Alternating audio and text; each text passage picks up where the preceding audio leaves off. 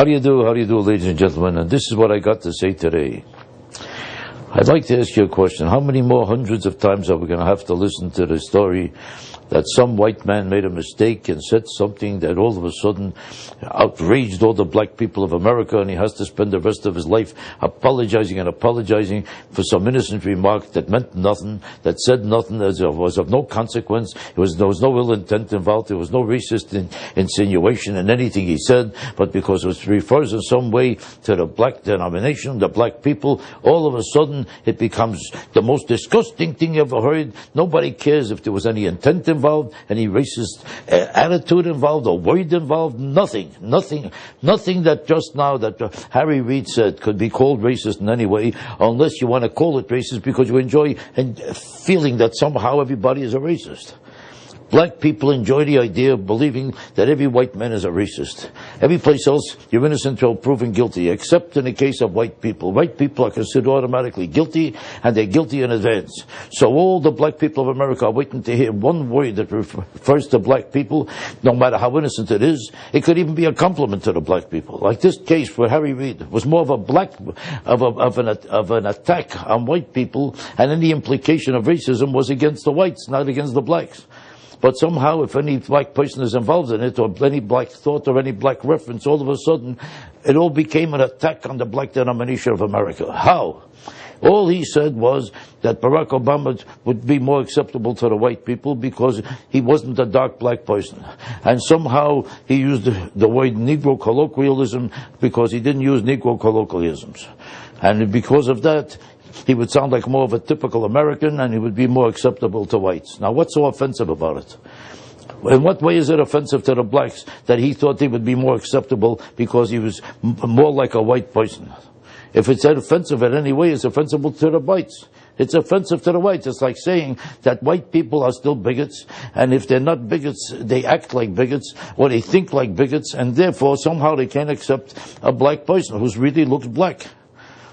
It's saying that white people still can't accept a truly black person. So it's an insult to the whites, if there's any implication of insult. If anybody should be offended, shouldn't the white people be offended? But somehow it's impossible. It's impossible to say anything where the white black is involved, or the white Negro is involved, or reference to the black population is involved, that is automatically not an offensive thing. Black people say the most racist things every day about white people. How come they're never defensive about it? They say every single day, all you hear is they live in a racist society, and black people still suffer from racism. Here they have a black person who just beat a white person in a presidential contest. The white person was a war hero, was 30 years in the Senate. The black person showed no record of accomplishment in any way. Now let me ask you a question.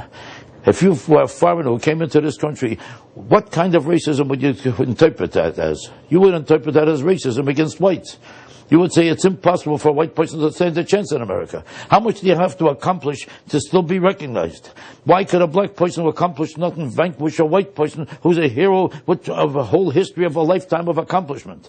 When a black person just shows up, all of a sudden he's elected. What does it prove? It proves this must be a racist society, but not against blacks. Obviously a racist society against whites. Whites are suffering from a racist society. That's what anybody would interpret it as.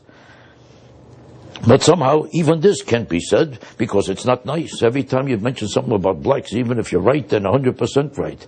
And even if you're insulting the whites, somehow the blacks are the ones offended.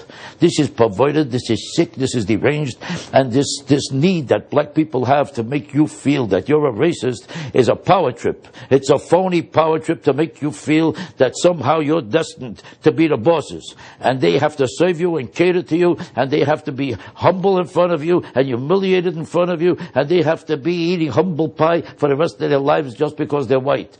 We don't need this kind of racism anymore. This is a racist society against whites, and black people should stop intimidating the whites when there's nothing involved and there's no excuse for it, and it's a fraud and a fake, and it's a phony power trip. Give up the whole idea of racism unless you want to talk about how the white people are the ones suffering from it, not the blacks. You got that? That's it.